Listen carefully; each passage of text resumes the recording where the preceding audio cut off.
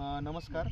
आपलं पूर्ण नाव आणि पत्ता सांगा बरं. संजय शिवराम मूर्ती, गाव, नावसापूर, तालुका निफाड. जिल्हा. आपण केरॉन तंत्रज्ञान किती वर्षापासून वापर करताय?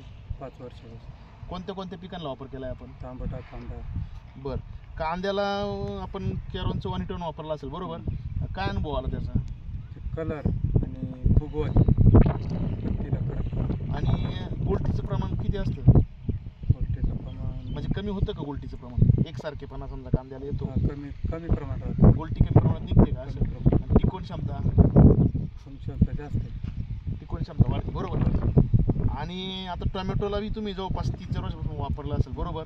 2 वर्षापासून. हां, तर टोमॅटोला त्याचा नेमकं काय फायदा होतो? फुटवा होतो, हां. फुलकळी जास्त लागते, हां, मालाची पोषक वाढ, म्हणजे एकूण उत्पादनात वाढ होते बरोबर ना. वाढ.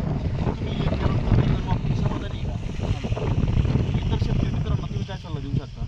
हे कॅरॉन वापरावं, वापरलं पाहिजे बरोबर, वापरलं पाहिजे. किंवा थोड्या क्षेत्रात वापरून अनुभव घेतला पाहिजे अनुभव बरोबर. घेतला पाहिजे. उत्पन्न जास्त वाढतं.